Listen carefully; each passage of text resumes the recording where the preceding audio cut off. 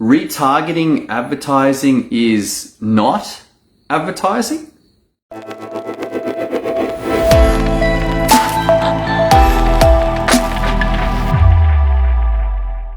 Of course it's advertising. How could retargeting advertising not be advertising? This makes no sense. But wait, I want to open your minds up to an idea here.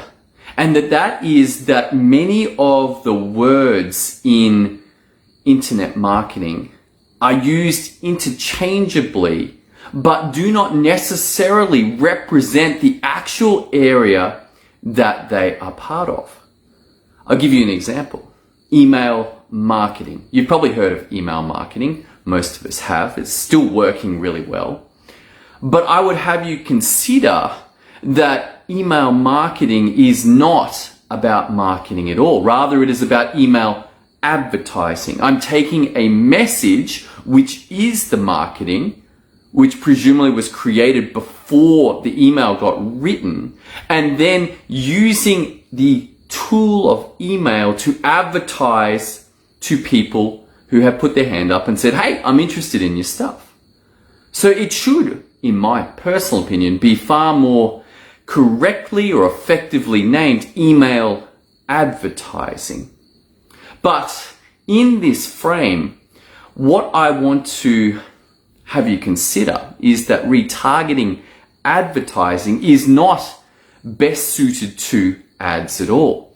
If we are going to consider the 4 categories of production in business as being marketing, sales, advertising, and fulfillment, then retargeting, in my opinion, actually fits under sales. What? Sales?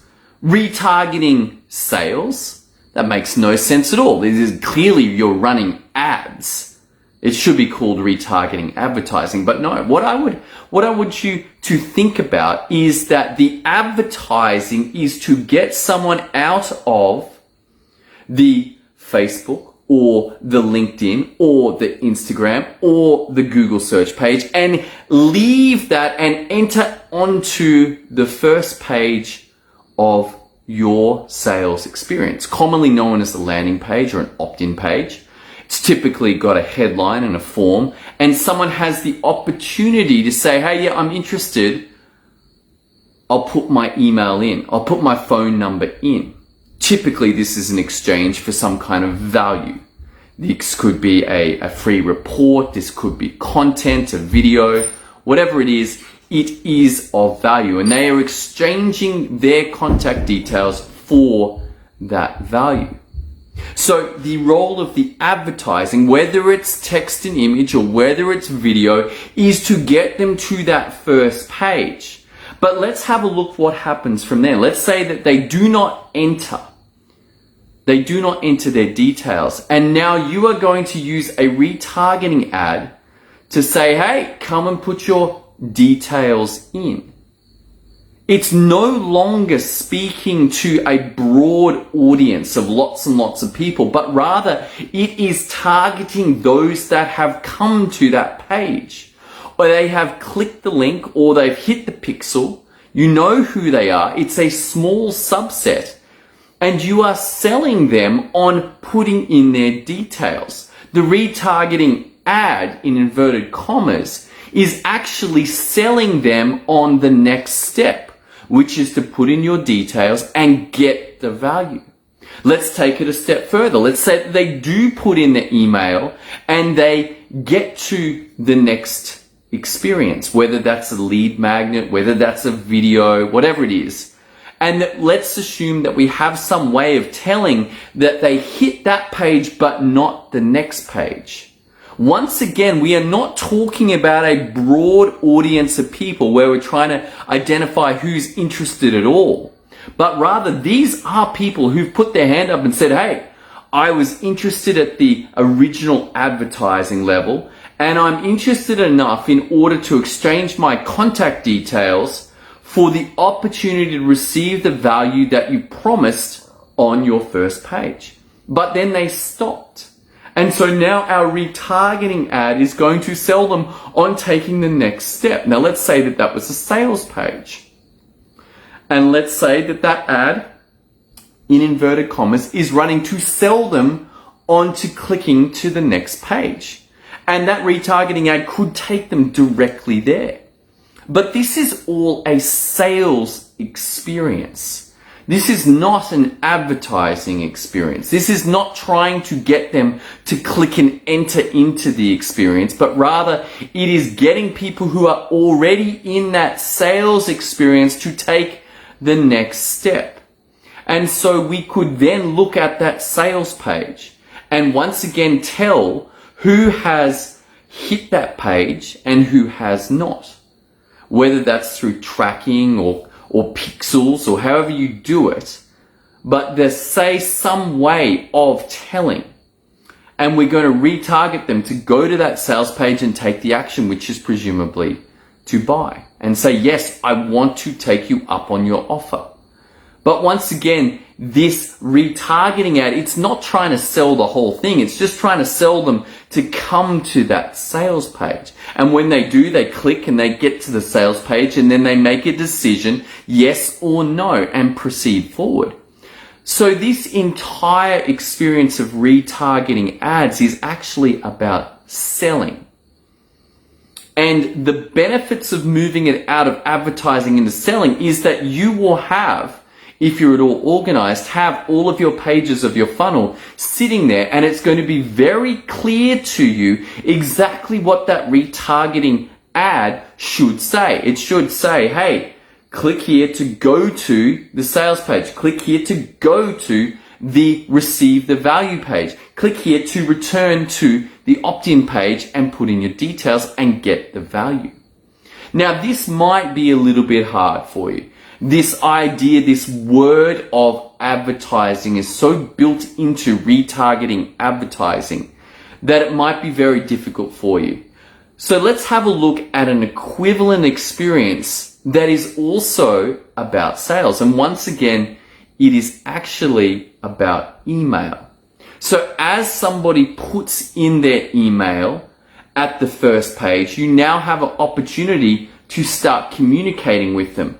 Now, this is not advertising because these are a specific set of people who've given you their contact details. And you can now communicate with them and once again get them to go to the next step in the funnel. If they must have opted in for this. Obviously, you're not going to be able to write to an email to someone that you don't have their email address. But once they're through that first step, now we can encourage them to consume the value that they opted in for. And when they've done that, then hit the sales page. And then when they've done that and bought, then we can confirm that they have bought. But that last step is actually moving into fulfillment.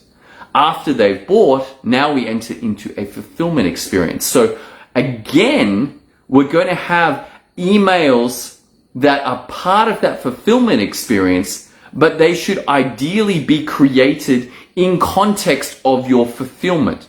What are the products? What's the communications going to for the first time this customer? How you do that stage is very critical to how your customer experiences the rest of their journey with you. You've taken them all the way from advertising where they said, hey, I'm interested. I'm leaving the broad audience and becoming a specific person who says, yes, I'm interested in this.